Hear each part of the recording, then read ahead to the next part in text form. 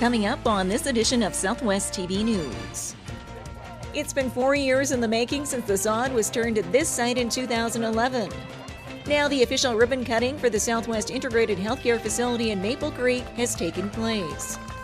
The Canadian Federation of Independent Business has released its data on Canada's top places to start and grow a business for 2015. As the board of the Southwest Youth Emergency Shelter moves forward with its plans to open a shelter for youth in crisis across the Southwest, it continues to ask for your support for the project.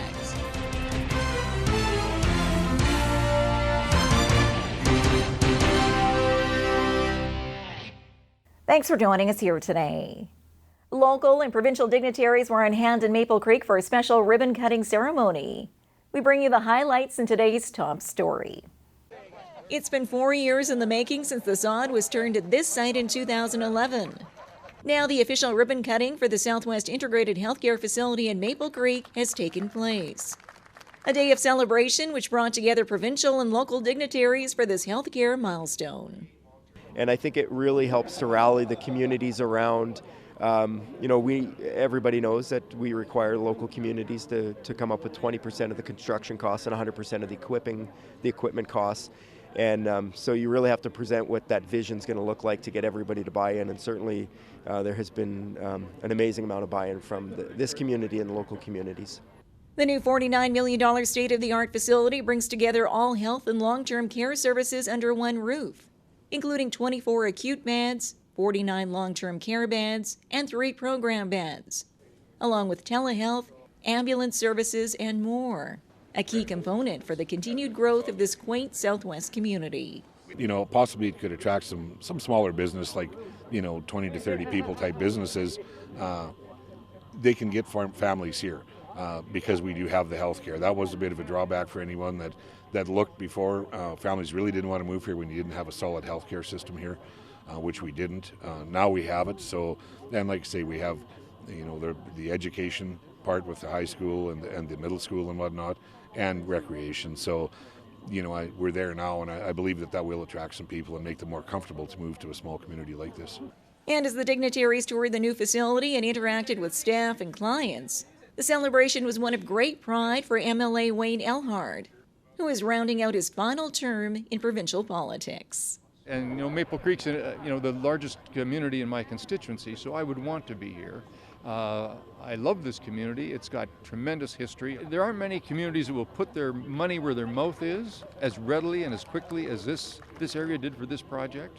The 4 individuals that kind of spearheaded this project went out and talked to sponsoring RMs and communities over a couple of months and raised $12 million just in virtually no time at all.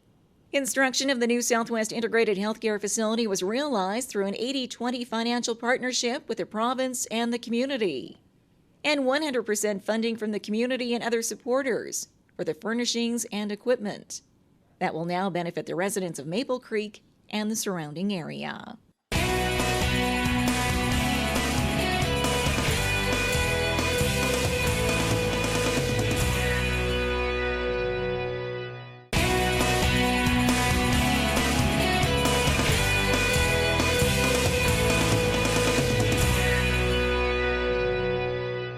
The city of Swift Current is moving up in the ranks as a top choice for entrepreneurs across Canada.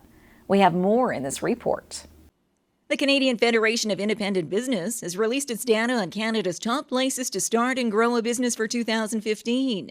And Swift Current has moved up in the ranks. The city of Swift Current is now in the number 7 spot, up from 12 last year for a medium-sized city, and 10th overall for all Canadian cities.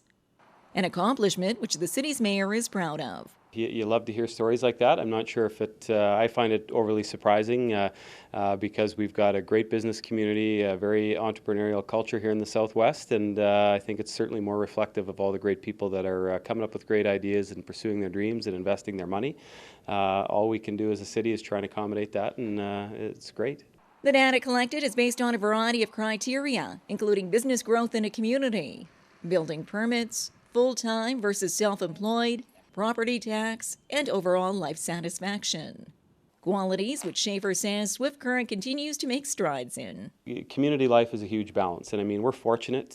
Swift Current's got the lowest property taxes in the province, and that's not, past councils deserve a lot of credit for that, and even going forward, certainly they've increased, but we still can boast that we're the lowest, and the biggest investments that we've tried to make is making Swift Current a great community to live, whether it's raise a family, whether it's being a senior, a community that's full of opportunities for employment and to start up business. So that's what we feel our job is to make a community that fosters economic development, that creates a great place to live. The complete outline on Canada's top places to start and grow a business for 2015 can be found online.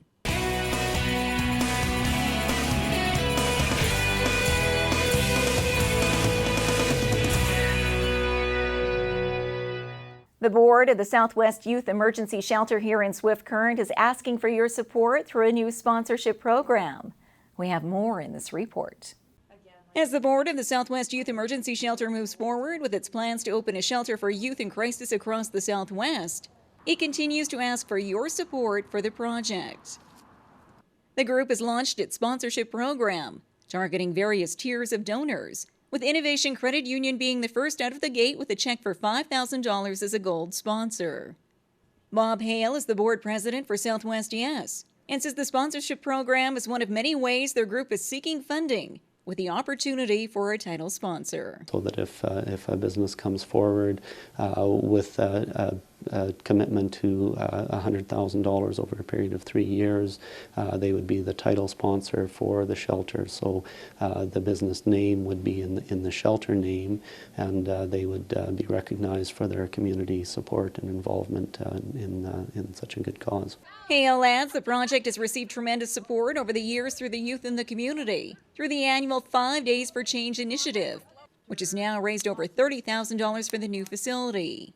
But the journey still continues to get the project off the ground, including securing funding for the annual operating costs set at approximately $500,000 and finding an actual building for the shelter here in Swift Current. We've been shopping and looking for just the right fit. We've had great community support. We've done a lot of background work on the project. We've been also approaching government for support. We've been really pleased with the encouragement and support we've received from government so far, but we're approaching government and hoping for a commitment for funding from government as well, which is really the final piece that we're needing to move forward.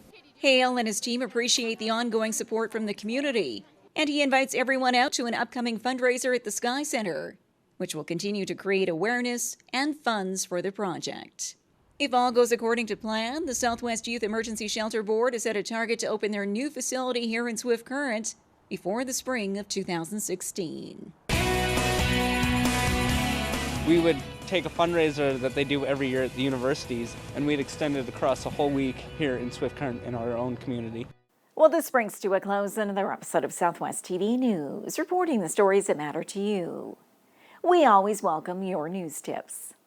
You can always reach us here by phone at our studio or by email to contact us at southwesttvnews.com.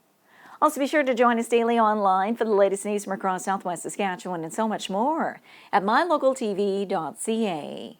And be sure to follow us on a range of social media. Thanks for joining us here today. I'm Carol Andrews.